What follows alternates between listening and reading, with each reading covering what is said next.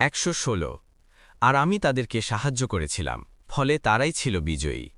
117 আর আমি উভয়কে সুস্পষ্ট কিতাব দান করেছিলাম। 118 আর আমি দুজনকে সরল সঠিক পথে পরিচালিত করেছিলাম। 119 আর আমি তাদের জন্য পরবর্তীদের মধ্যে সুখ্যাতি রেখে দিয়েছি।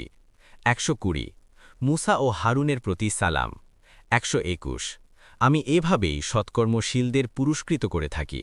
122 নিশ্চয় তারা দুজনই ছিল আমার মমিন বান্দাদের অন্তর্ভুক্ত। 123 আর ইলিয়াসও ছিল রাসূলদেরই একজন।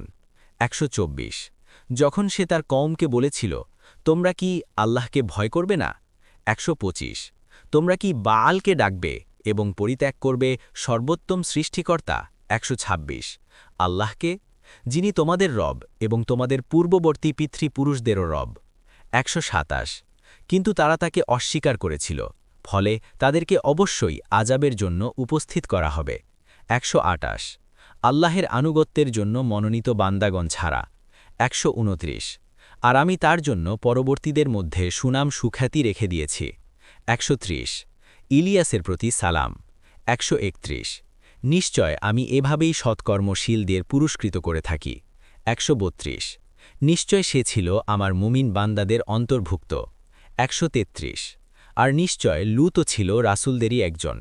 134 যখন আমি তাকে ও তার পরিবার পরিজন সকলকে নাজাত দিয়েছিলাম।